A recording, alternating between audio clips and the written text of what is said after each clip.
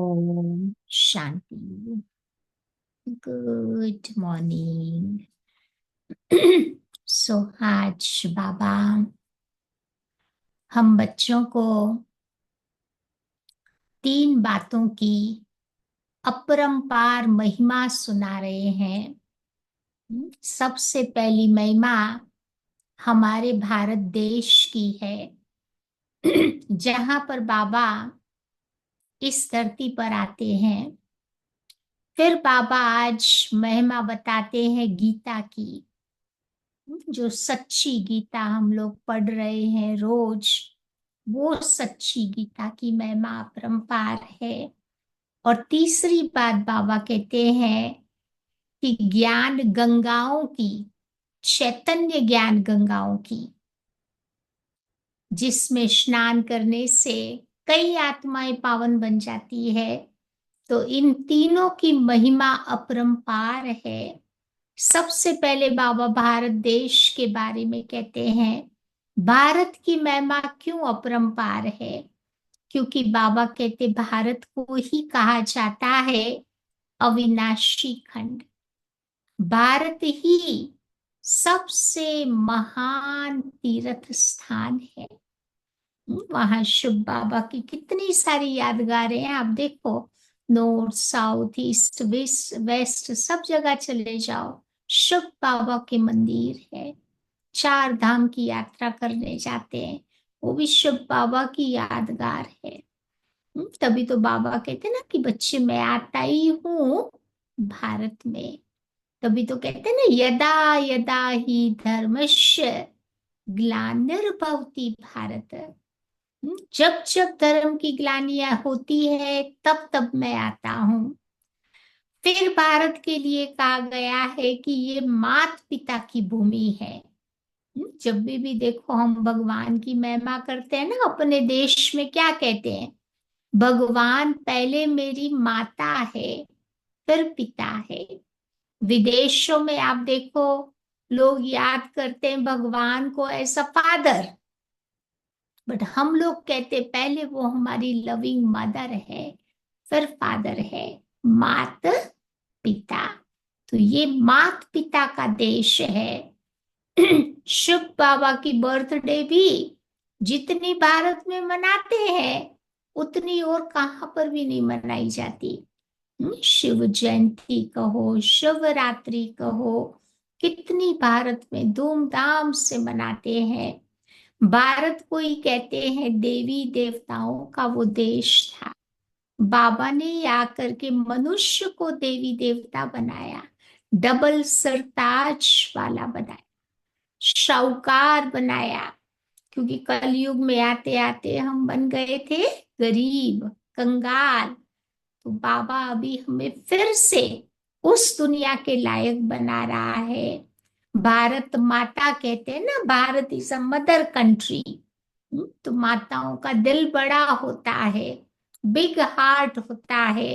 तो ये भारत की एक भूमि है जहां पर आपने देखा होगा कितने धर्म वाली आत्माएं रहती है। हम्म, इतने धर्म वाले और कोई देश में आपको नहीं दिखाई देंगे जो भारत में है। तो सब कुछ भारत माता ने अपने में समा के रखा है। भारत को ही कहते हैं प्राचीन ते प्राचीन देश। सबसे पुराने ते पुराना भारत है। भारत ही तो देवभूमि बनता है ना। और बाबा भी आकर के राजयोग कहाँ सिखाता है? भारत की भूमि पर आकर आकर के हमें राजाओं का राजा बनाता है। तो जितनी बाबा की महिमा है ना, उतनी महिमा भारत देश की भी है। फिर आप देखो कि भारत में ही बाबा कहते हैं घी दूध की नदियां बहनी है। उसके पहले तो खून की नदियां बहेगी, लेकिन सतयुग में भारत में ही घी दूध की नदियां बहती है। सोने के महल थे। भारत को ही कहा जाता है गोल्डन स्पैरो, सोने की चिड़िया। आज तो लोहे की चिड़िया बन गई है, प्लास्टिक का जमाना आ गया है, पेपर का जमाना आ गया है। पहले गोल्डन स्पून इन माउथ था, आज पेपर स्पून इन माउथ। कितना जमाना बाबा कहते एकदम बदल गया है। तो यही भारत, सारे विश्व को भारत कहते थे, अविभाजित भारत था। ये बर्मा, पाकिस्तान, अफगानिस्तान, नेपाल, ये सारे ही तो भारत के भाग थे। बाद में धीरे धीरे करते हुए वो सारे भाग अलग हो गए। तो आज बाबा ऐसी भारत देश की बहुत बहुत महिमा कर रहे हैं। फिर बाबा कहते हैं कि बाबा आकर के जो ज्ञान भारत देश में आकर के सुनाते हैं, वही है सच्ची सच्ची गीता का ज्ञान। गीता के लिए क्या कहते हैं? सर्व शास्त्र शिरोमणि। सब धर्मों में आप देखो, गीता है सबसे ऊंचे ते ऊंचा धर्म पुस्तक। जो बाबा ने आकर के हम बच्चों को ये गीता का ज्ञान दिया था, तो ऐसा श्रेष्ठ गीता का ज्ञान बाबा अभी संगम युग में हम बच्चों को दे रहे हैं। गीता को ही कहा जाता है माई बाप। सब धर्मों की आप बात देखोगे तो वो सारे बच्चे हो गए। जो धर्म पुस्तक निकले वो गीता के बच्चे हो गए। तो गीता हो गई माई बाप। लेकिन आज वही गीता में बाप की जगह क्या कर दिया है? बच्चे का नाम डाल दिया। कृष्ण ने गीता सुनाई, हकीकत में वो शब्द बाबा ने सुनाई थी। तो ये हमारी मुरली वो है सच्ची सच्ची गीता। इस गीता का पाठ हमें बाबा कहते रोज रोज करना है, जिससे बाबा कहते हमारे जीवन में जो जो बातें होती है ना, उसका सल्यूशन मिल जाएगा। तो ये सच्ची गीता पढ़ने से क्या फायदा होता है? कभी क्रोध आता है तो क्रोध के पर हम विजयी बन जाते हैं। कल भी बाबा ने बोला ना, क्रोध महाशत्रु है, उसे भी हमें जीतना है। कभी कभी हमारी लाइफ में कोई कंफ्यूजन होता है कि ये करे कि वो करे, कैसे करे कैसे नहीं करे। तो कई बातों का कंफ्यूजन होता है। आप उस दिन की मुरली सुनेंगे तो बाबा हमें उसका जवाब दे देगा कि भाई ये बात आई है, कैसे उसको पार करनी है। तो ये जवाब हमारी मुरली देती है। कभी कभी कोई अपनी लाइफ में डिप्रेस हो जाते हैं, तो डिप्रेशन का सल्यूशन भी बाबा देता है कि अब माइंड को मिसयूज नहीं करो, माइंड को सही दिशा में सही तरीके से यूज करो, तो डिप्रेशन चली जाएगी। कभी कभी जीवन में ग्रीड आ जाता है, लोभ आ जाता है, लेजीनेस आ जाता है, तो उसका सल्यूशन भी बाबा हम बच्चों को ये सच्ची सच्ची गीता में देते हैं। कभी कभी लाइफ में मोटिवेशन नहीं आता है, जैसे कि फटाक से उठ के कुछ करे, वो मोटिवेशन नहीं आता है। तो जैसे बाबा की मुरली सुनते हैं तो बाबा हम बच्चों को कितना मोटिवेट करते हैं। तो ये सच्ची गीता हमें अपने जीवन में मोटिवेट करती है। फिर कभी कभी हमारा माइंड अनकंट्रोल्ड हो जाता है, तो उस समय भी बाबा कहते हैं ना कि बच्चे मन मना भव के मंत्र को याद करो। मन मना भव के मंत्र से मन को हम स्थिर कर लेंगे। कभी कभी हमारे नजदीक के घर वालों की मृत्यु हो जाती है, बहुत बड़ी परीक्षा लगती है, तो ऐसे टाइम पर भी बाबा हमारी सच्ची गीता में क्या कहते हैं, कि बच्चे death is like a changing a costume. आत्मा तो कभी नहीं मरती, आत्मा अजर अमर अविनाशी है। तो ये बाबा के ज्ञान से हम उस सिचुएशन में भी अपने आप को संभाल सकते हैं। कभी डरने वाली स्थिति आ जाती है तो बाबा हम बच्चों को कितना निडर बना देते हैं, कितनी हमारे में हिम्मत भर देते हैं ताकि फियरफुल सिचुएशन को हम पार कर लेवे। कभी कभी जीवन में लॉनलीनेस आ जाती है, अकेलापन महसूस होता है, तो बाबा कहते बच्चे तुम अकेले तो हो ही नहीं, बाबा तो हरदम तुम्हारे साथ है। तो याद करो अपने शिव शक्ति रूप को, तो वो अकेलापन चला जाएगा। कभी कभी उमंग उत्साह लाइफ से चला जाता है, तो ये बाबा की सच्ची गीता हमारे जीवन को होप एंथुजियाज्म से भर देता है। फिर हम उड़ना शुरू कर देते हैं। कभी कभी फॉरगेटफुलनेस आ जाती है, बार बार कोई चीज भूल जाती है, तो भी बाबा हम बच्चों को कितना प्यार से समझाते हैं कि बच्चे हम्म, कोई बात नहीं, भूल गए हर जाने, फिर से उसे याद करो। तो वो शक्ति बाबा हमें भरता है, डांटता नहीं है बाबा, लेकिन प्यार से फिर से उस बातों को याद करे, बाबा को याद करे, चक्र को याद करे। तो ये सारी बातों का सल्यूशन ये सच्ची गीता देती है। इसीलिए गीता की महिमा भी अपरंपार है। और साथ ही साथ बाबा कहते हैं चैतन्य ज्ञान गंगाओं की महिमा। वो गंगा तो एक ही जगह पर बहती है, वो कहीं जा नहीं सकती क्योंकि जड़ है। लेकिन बाबा कहते तुम मेरे बच्चे चैतन्य ज्ञान गंगाएं हो, तुम बच्चे कहां पर भी जा सकते हो, कई आत्माओं को ज्ञान दे करके उनको पावन बना सकते हो। वो पानी की गंगा शरीर को पावन बनाती, परंतु आप चैतन्य गंगाएं आत्माओं को पावन बनाते हो। तो इसीलिए बाबा आज पूरी मुरली में इन तीनों की महिमा का खूब खूब गायन करते हैं। तो आइए सुनते हैं आज की बाबा की मुरली 1 अप्रैल। तो बाबा कहते मीठे बच्चे, बाप नॉलेजफुल है, उन्हें जानी चाननहार कहना ये उल्टी महिमा है।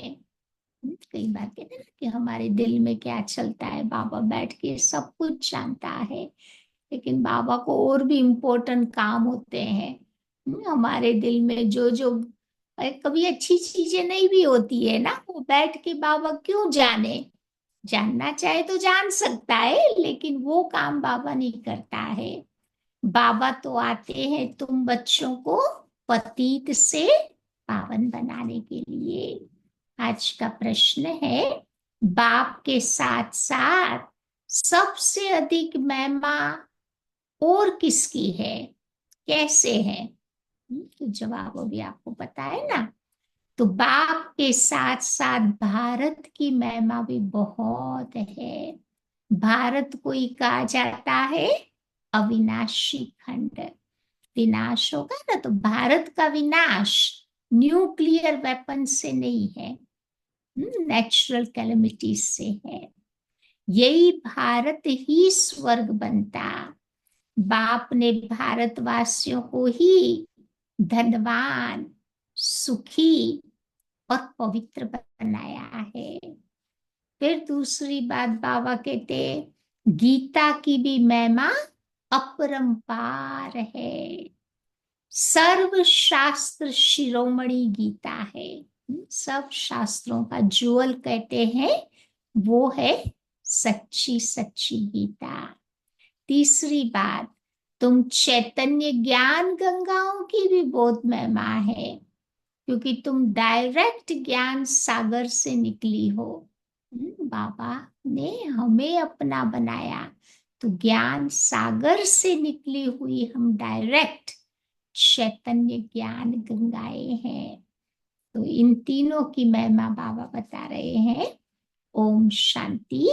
ओम शांति का अर्थ नए व पुराने बच्चों ने समझा है।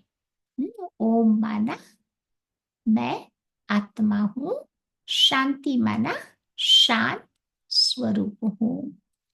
तुम बच्चे जान गए हो कि हम सब आत्माएं परमात्मा की संतान हैं। परमात्मा ऊंचे ते ऊंच और बहुत प्यारे ते प्यारा सभी का माशूक है। बच्चों को ज्ञान और भक्ति का राज भी समझाया है। ज्ञान माना दिन, सतयुग, त्रेता, उसको दिन कहते हैं।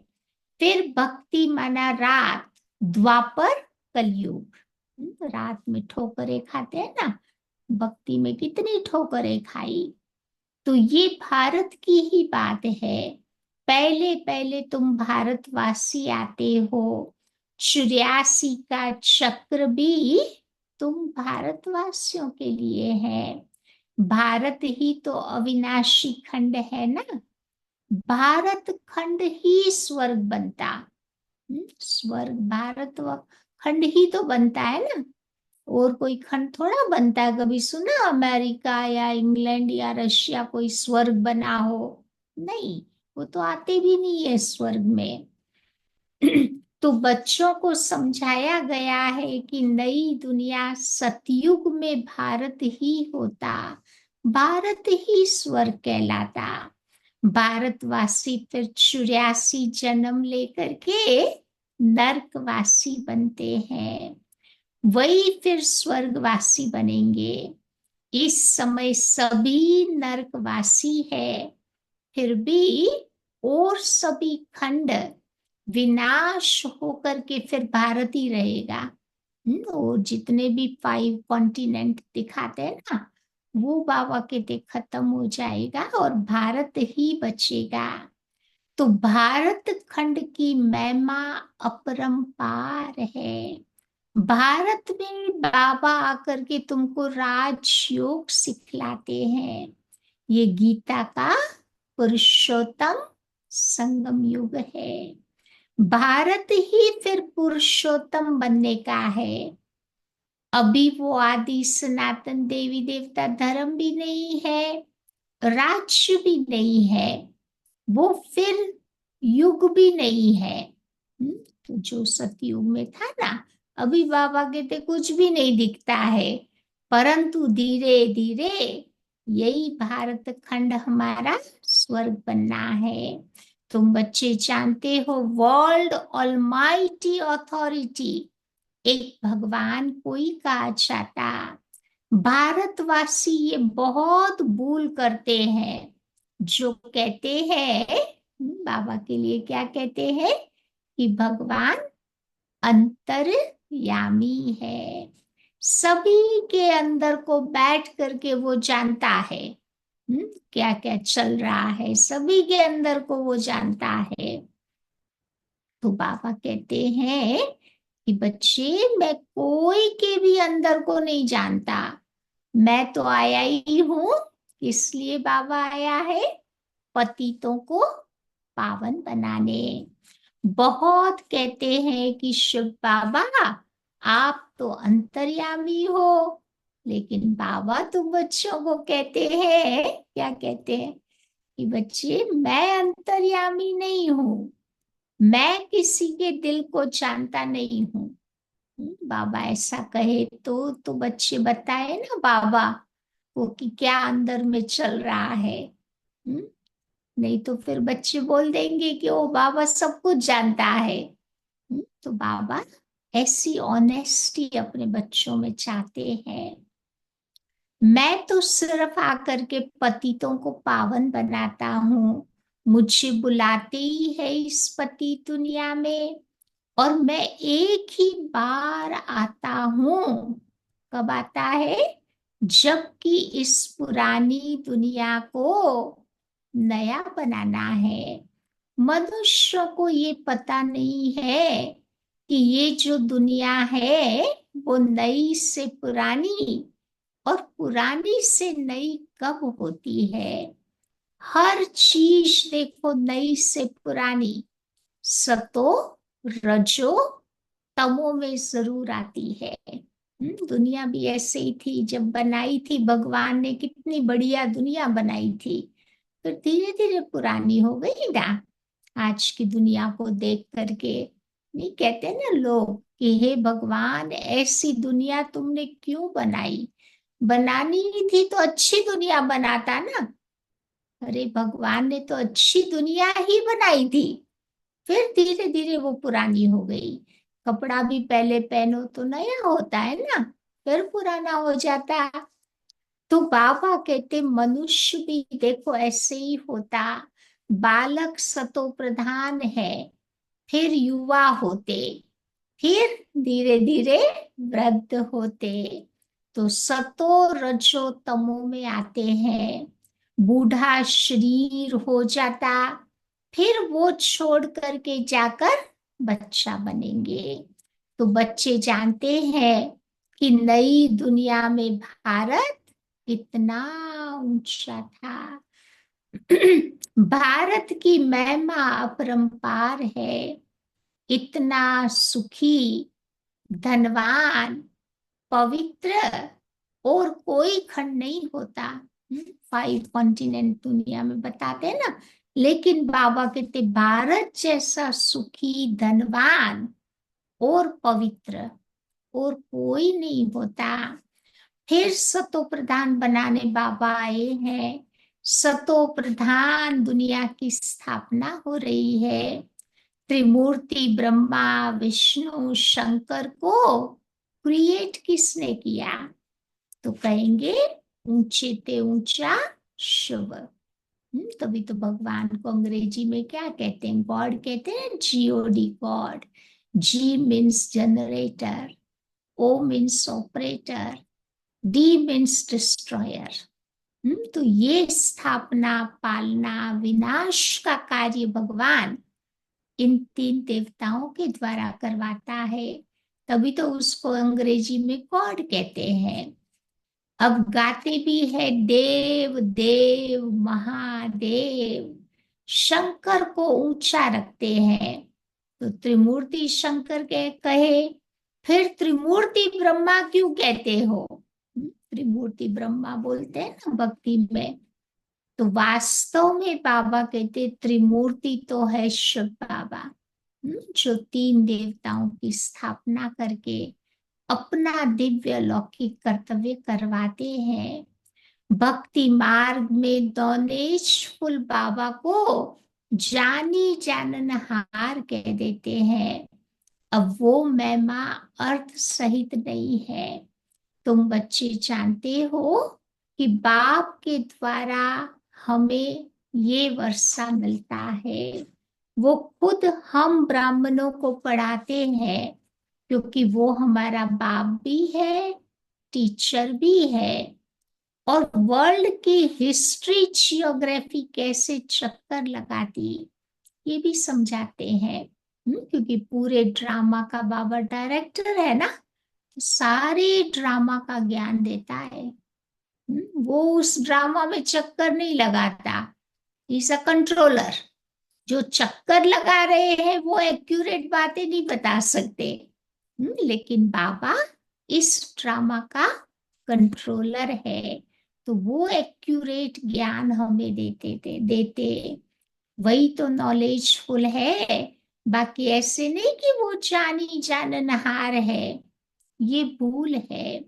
मैं तो सिर्फ आकर के पतितों को पावन बनाता हूँ, 21 जन्म के लिए राज्य भाग्य देता हूँ। भक्ति मार्ग में है अल्पकाल का सुख, जिसको सन्यासी हठ योगी जानते नहीं। बैठकर ब्रह्म को ही याद करते रहते हैं। ब्रह्म को ही भगवान समझते हैं ना। ब्रह्म कोई परमात्मा थोड़ा है, वो तो रहने का घर है। घर को याद करेंगे तो क्या मिलेगा? घर में रहने वाले को याद करना पड़े ना। अब ब्रह्म तो भगवान है नहीं, भगवान तो एक निराकार शिव है, जो सर्व आत्माओं का बाप है। हम आत्माओं के रहने का स्थान ब्रह्मांड, स्वीट होम भी कहते हैं। ब्रह्मांड क्यों कहते हैं? क्योंकि ब्रह्म मह तत्व में आत्मा अंडे के शेप में रहती है। आत्मा is a point of light, परंतु शेप बताना हो तो एक शेप बताते हैं ना, इसीलिए बाबा कहते उसको ब्रह्मांड कहते हैं। वहां से हम आत्माएं यहाँ आती है पाठ बचाने। आत्मा कहती है हम एक शरीर छोड़ दूसरा तीसरा लेती हूँ। 84 जन्म भी तो भारतवासियों के ही तो है, जिन्होंने बहुत भक्ति की है। वही फिर ज्ञान भी जास्ती उठाएंगे। जो व्यक्ति जितना बड़ा भगत, उतना बाबा कहते ज्ञान में भी वो सबसे आगे जा सकता है। तो बाबा कहते हैं गृहस्थ व्यवहार में भल रहो, परंतु बाप की श्रीमत पर चलो। तुम आत्माएं आशिक हो एक परमात्मा माशुक की। भगवान हमारा माशुक साजन है ना, हम सब हो गई उसकी सजनिया। भक्ति से लेकर के तुम उसको याद करते आए हो। आत्मा बाप को याद करती है, ये है ही दुख धाम। हम आत्माएं असल में देखा जाए तो कहाँ की निवासी है? शांति धाम की। पीछे आए सुख धाम में, फिर हमने 84 जन्म लिए। अब हम सो हम। इसका अर्थ भी बाबा ने तुम बच्चों को समझाया है। वो तो कह देते हैं आत्मा सो परमात्मा, परमात्मा सो आत्मा। अब बाबा ने समझाया है आत्मा कभी भगवान नहीं बन सकती। तो बाबा ने समझाया है कि हम सो देवता क्षत्रिय वैश्य शूद्र बनते हैं। अभी ब्राह्मण बने हैं इसलिए देवता बनने के लिए। हकीकत में ये बात थी, तो भक्ति में इन्होंने कह दिया हम सो परमात्मा, परमात्मा सो आत्मा। परमात्मा तो शांति का सागर है। आज के लोग तो शांति के सागर कैसे बन जाते? अब पूरा की पूरा शांति का सागर अंदर में बैठा हो तो शांति नहीं होनी चाहिए ना। तो बाबा कहते अंदर में आत्मा बैठी है, परमात्मा नहीं बैठा है। तो ये है यथार्थ अर्थ जो बाबा समझाते हैं। सतयुग में एक ही देवी देवता धर्म अद्वैत धर्म था। पीछे और हुए तो द्वैत हो गया ना। द्वैत माना दो, अद्वैत माना एक। तो द्वापर से आसुरी रावण राज्य शुरू होता। सतयुग में तो रावण राज्य ही नहीं, तो 5 विकार भी नहीं हो सकते। वो है संपूर्ण निर्विकारी। अभी तुम हो गॉडली स्टूडेंट, ऑर्डिनरी स्टूडेंट नहीं है, गॉड फादरली स्टूडेंट है। तो ये टीचर हुआ ना, फादर भी हुआ। फिर तुम बच्चों को सदगति दे स्वर्ग में ले जाते। तो ये हो गया तुम्हारा बाप, टीचर और गुरु। उनके तुम बच्चे बने हो तो तुमको कितनी न खुशी होनी चाहिए। इतने ऊंचे बाप के हम बच्चे हैं, तो बाबा कहते कितनी खुशी होनी चाहिए। मनुष्य तो कुछ भी नहीं जानते। रावण राज्य है ना, हर वर्ष देखो रावण को जलाते आते हैं, परंतु वो रावण है कौन ये नहीं जानते। भक्ति में 10 शीश वाला बताते ना रावण को, तो 10 शीश कौन से हैं? काम, क्रोध, लोभ, मोह, अहंकार, ये 5 बड़े हैं और 5 थोड़े छोटे हैं। भय, आलस्य, फिर निंदा, चुगली, चोरी, ये दूसरे 5 शीश। तो ये मिला करके 10 शीश का रावण हो गया। राम ने तो मारा इन सबको, खत्म किया। तो हमें भी उसी रावण को मारना होगा, तब तो राम राज्य आएगा ना। तो अब तुम बच्चे जानते हो कि ये रावण भारत का सबसे बड़ा दुश्मन है। ये नॉलेज तुम बच्चों को ही नॉलेजफुल बाबा से मिलती है। वो बाबा है तुम्हारा ज्ञान का सागर, आनंद का सागर। सागर से तुम बादल भरकर फिर चाहे बरसा बरसाते हो। तो ज्ञान गंगाएं भी तुम ही तो हो। तुम्हारी ही कितनी महिमा है। ज्ञान गंगाओं की भी कितनी महिमा है। अभी कुंभ के मेले में कितने नहाए, करोड़ों मनुष्य नहाए। तो बाबा कहते हैं मैं तुमको अभी पावन बनाने आया हूं। ये एक क्षणम पवित्र बनो, मुझे याद करो, तो तुम तमो प्रधान से सतो प्रधान बन जाएंगे। तो मैं ही तो पतित पावन हूं ना। जितना हो सके बाबा की याद को बढ़ाते जाओ। परसेंटेज बाबा कहते रोज बढ़ने चाहिए। आज जितना बाबा याद रहा उससे ज्यादा नेक्स्ट डे याद होनी चाहिए। मुख से शिव बाबा भी नहीं कहना है। नहीं तो वो भक्ति की मार्ग की तरह हो जाएगा। लेकिन जैसे लौकिक में हम अपने बाप को याद करते हैं तो उसकी हर विशेषताएं हमारे सामने आ जाती है ना। ऐसे बाबा को याद करना है। उसको याद करो तो सारे गुणों की लिस्ट हमारे सामने आ जानी चाहिए। बाबा से बातें भी करो। हम्म, तो बाबा कहते जो दिल में होती है ना बातें, वो बाबा से बैठ करके करो तो कभी दिल भारी होता है तो हल्का हो जाएगा। कभी बाबा हम बच्चों को गाइड भी करेगा कि इस सिचुएशन में हमें कैसे हैंडल करना है। तो ऐसे बाबा को याद करना है। जैसे आशिक माशुक को याद करते हैं ना। एक बार किसकी सगाई हो जाती है, तो फिर वो दोनों के एक दो को याद करते रहते हैं ना। एक बार देखा बस फिर बुद्धि में उनकी ही याद रहेगी। भक्ति मार्ग में जो जिस देवता को याद करते हैं, पूजा करते हैं, उसका साक्षात्कार भी हो जाता है। परंतु बाबा कहते वो होता है अल्पकाल के लिए, टेम्पररी साक्षात्कार होता है, फिर भूल भी जाते हैं। तो भक्ति करते करते तो तुम नीचे उतरते आए। अब बाबा कहते बच्चे मौत बिल्कुल सामने खड़ा है। कोई भी घड़ी किसी को कुछ भी हो सकता है। मौत कोई पूछ के थोड़ा आता है, वो तो अचानक आता है ना। तो बाबा कहते हाय हाय के बाद जय जयकार होनी है। यही भारत में ही रक्त की नदी भी बहनी है। सिविल वॉर के आसार भी तो दिखाई दे रहे हैं ना। हिंदू मुसलमानों का हो सकता है, बीच में हिंदू सिखों का हुआ था।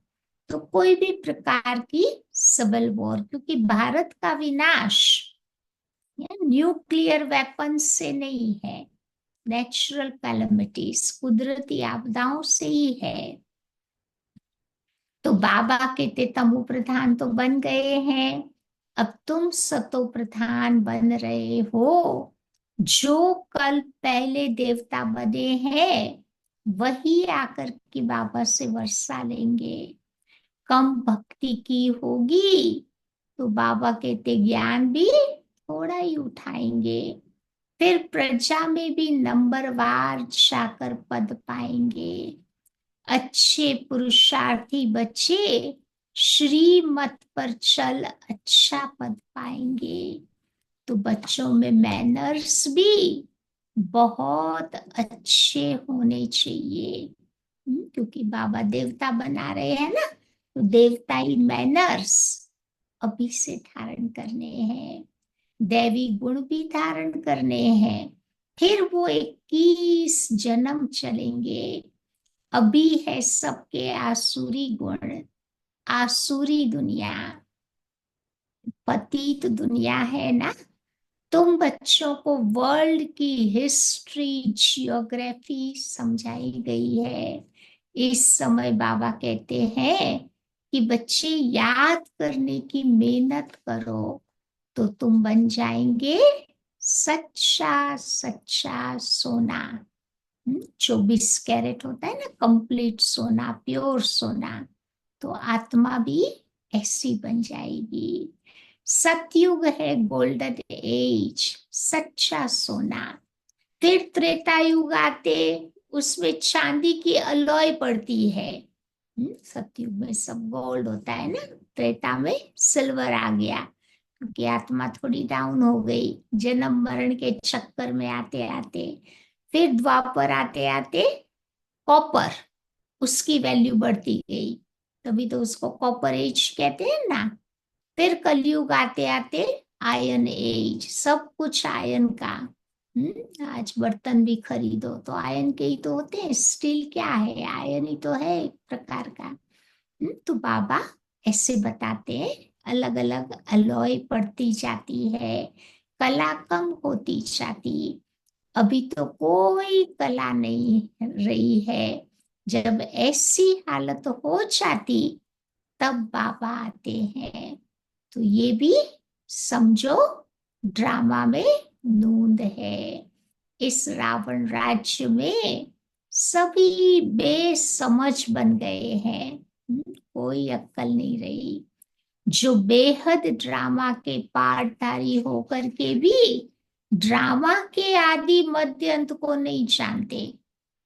हर व्यक्ति देखो इस ड्रामा का एक्टर है। उस दुनिया में भी आप देखो, कोई भी मूवी बनती है या ड्रामा बनता है ना, तो पहले उनको स्क्रिप्ट दी जाती है।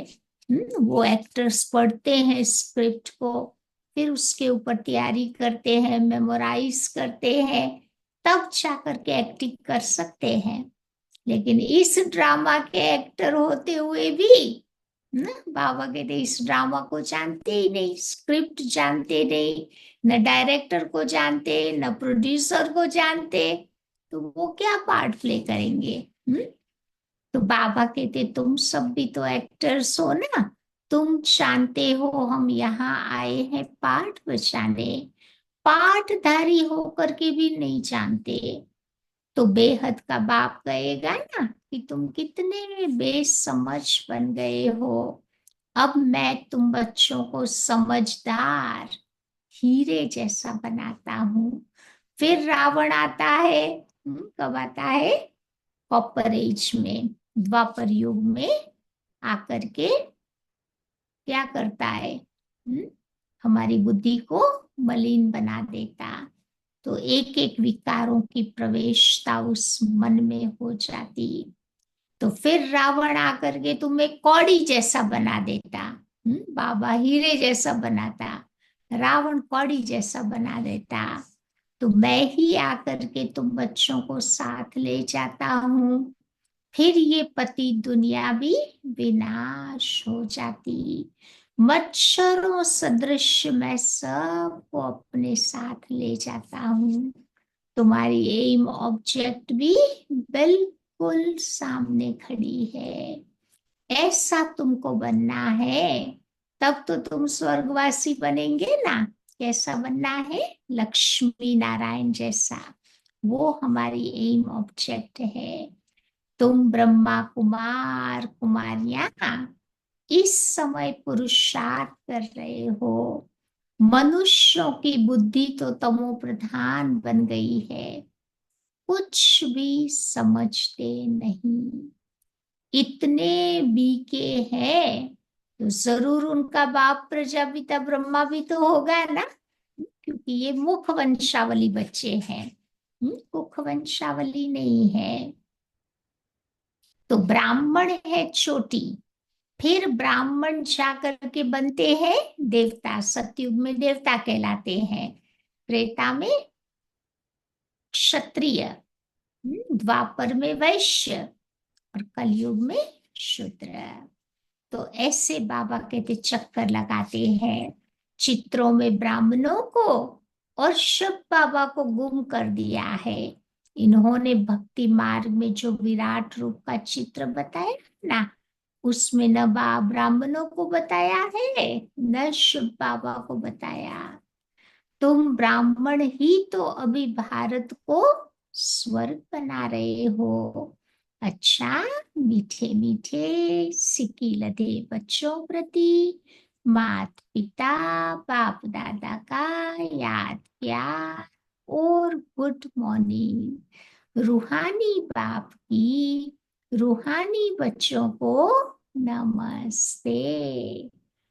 रूहानी बच्चों की भी रूहानी बाप को याद प्यार और नमस्ते।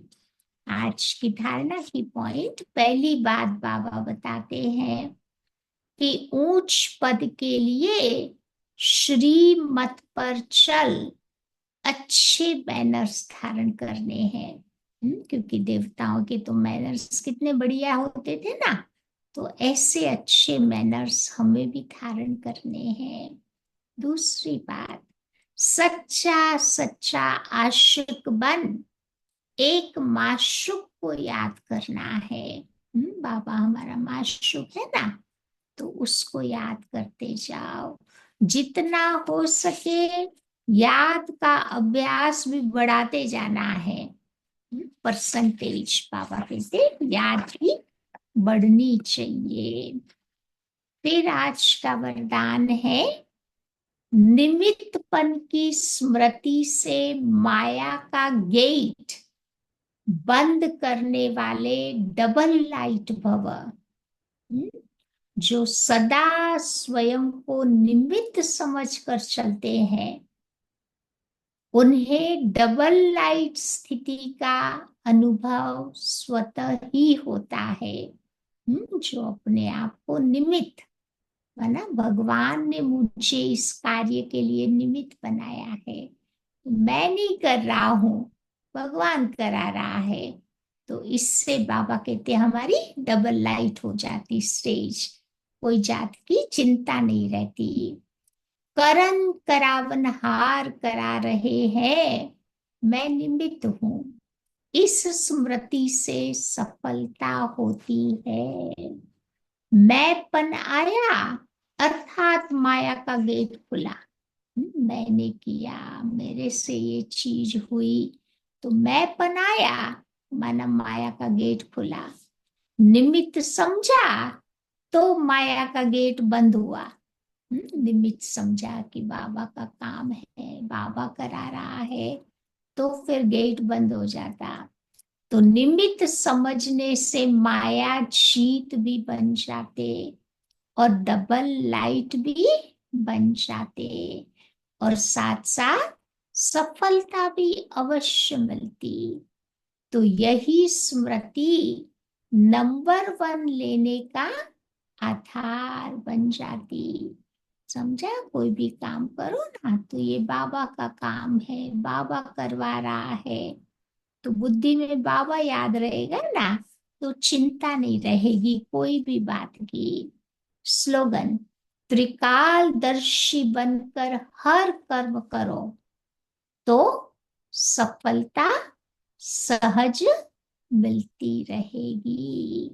त्रिकालदर्शी, कोई भी कार्य करने से पहले सोचना है कि इसका पास्ट प्रेजेंट फ्यूचर क्या रिजल्ट आएगा। कई बार कई कार्य कर लेते हैं, फिर बाद में सोचते हैं कि अरे इसकी जगह ऐसे किया होता तो अच्छा था, फिर पछतावा भी होता। लेकिन कार्य करने के पहले सोचते हैं तो हमारा टाइम एनर्जी वेस्ट नहीं जाएगा, उसको सफल बना देंगे। आज का व्यक्त इशारा है, अप्रैल महीने में, अभी आज टॉपिक रहेगा हमारा पूरे महीने का कि बाबा को कंबाइंड रूप में कैसे रखे। अकेले अकेले नहीं रहे, आप और बाप दोनों कंबाइंड। तो शिव शक्ति का अर्थ ही है कंबाइंड। बाप और आप दोनों को मिला करके कहते हैं शिव शक्ति। बाबा है शिव, हम आत्माएं हैं शक्ति। तो जो कंबाइंड है उसे कोई अलग नहीं कर सकता। यही याद रखो कि हम कंबाइंड रहने के अधिकारी बन गए। बाबा का परिचय मिल गया तो दुनिया की कोई ताकत हमें भगवान से अलग नहीं कर सकती।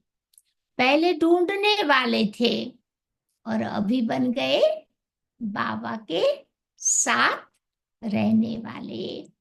तो ये नशा सदा रहे। पहले ढूंढते थे भगवान को, अभी भगवान के साथ रहते हैं, उसकी याद में रहते हैं। तो ये नशा बाबा कहते कायम चढ़ा हुआ रहना चाहिए। तो आज सारा दिन क्या याद रखेंगे? 3 बातें जो बाबा ने पक्की कराई ना। भारत की महिमा अपरंपार है। बाबा जो ये सच्ची सच्ची गीता रोज मुरली सुनते हैं ना, उसकी महिमा अपरंपार है।